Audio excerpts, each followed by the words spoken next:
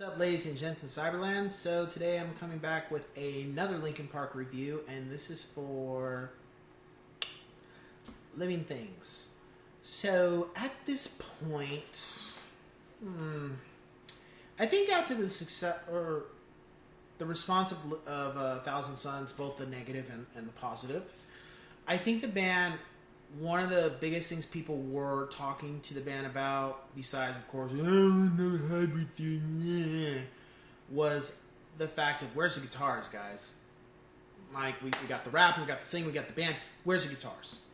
So, with Living Things, I felt that they weren't going to make, of course, the first 4 albums again, but they were going to take elements of A Thousand Suns, and then they were going to incorporate guitars back into the mix, which I felt was really refreshing, and have everything up until that point that made the band Linkin Park.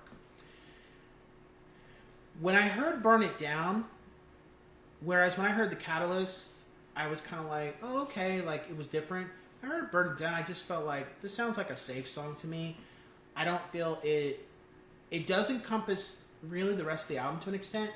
However, it was just kind of like, meh, I like it. Is it going to be one of my favorite songs of the album? No. Do I hate it? No.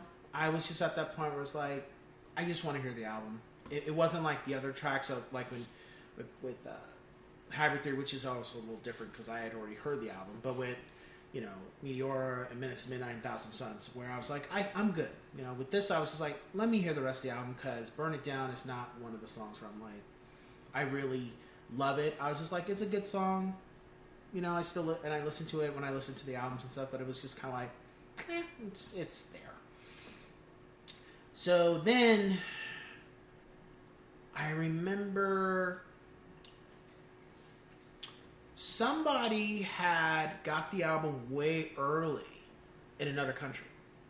And you had to do this thing to where you'd be able to get the tracks and such. And I remember I was at work. And I was just like, the album, and this started to become a reoccurring thing at the time, where when albums would leak, I'm at work, so I can't get the album. It was, and then I'm so far away from the home, I can't just drive home, download it real quick, rip it, put it on my phone, get back to work, and then listen to it until the album comes out, and then because I had already pre-ordered the albums anyway, so I was just like, oh, this sucks. However, what I was able to listen to, I was happy. I didn't have any concerns. The one thing that stuck out for Living Things, which I feel they never went towards again, however, was interesting was, it was 2 songs. It was Skin to Bone and Until It Breaks. Until It Breaks, I don't really care for that song. Actually, I would say that's probably the song I just don't like. Yeah, I don't care for that song. And it's not because it's a bad song, it's because it has too much. It's almost like 3 songs in one, and the song isn't even that long. And I kind of felt like it should have had a certain flow. I mean, it was interesting to hear Brad sing a little bit on it. That was cool.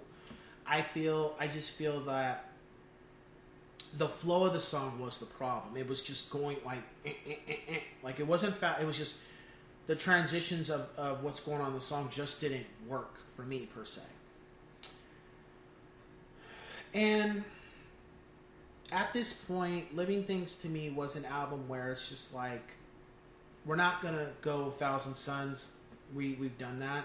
But we'll grab elements and put guitars back in. Because I think at that point the band was realizing that the fans, you never want to fully go against what the fans want, but you don't want to fully alienate them, even though some people feel they were alienated after Minutes to Midnight, and then especially Thousand Suns.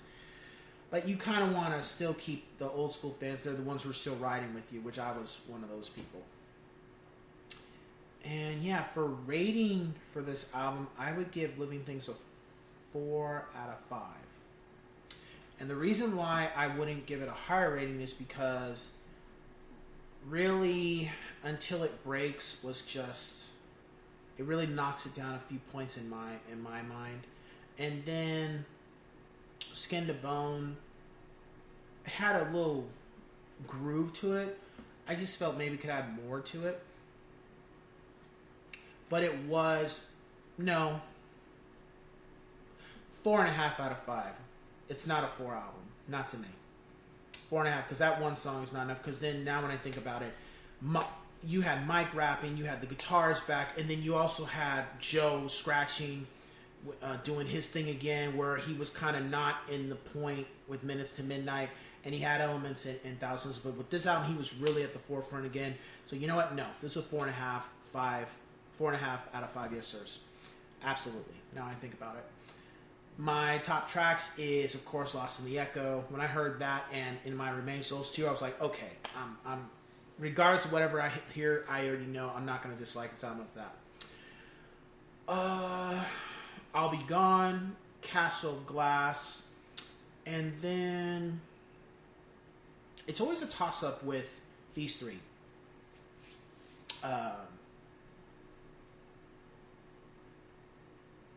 Lies, Greed, Misery, Victimized, and Powerless. It's always a toss-up with those three.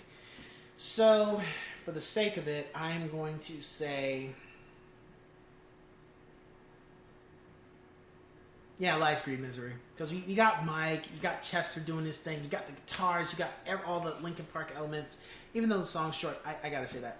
Even though Victimized was different, that was a more hard edge. And I have to say, Victimized is what we get with the next album, The Hunting Party. Because of that song, those elements of that song is what they take that and they blow it up, and that's what you get from Hunting Party, because that was the most aggressive song they have done up to this point in their career. I think when I look at the other 4 albums, I would say the song that comes closest to it is Given Up. And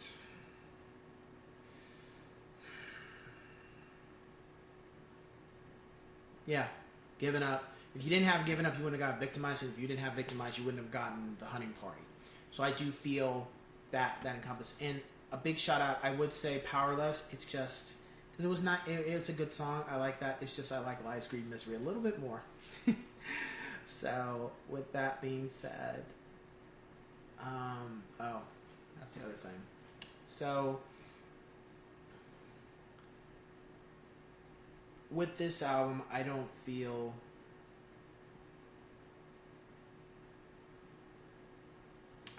there was anything on it that kind of alluded to what was going to happen later. However, with this album, I don't get that, and this is one of the albums I don't get that. Of course, with Meteora, with there's songs on there, and Minutes to Midnight, 1,000 Suns. There's I don't know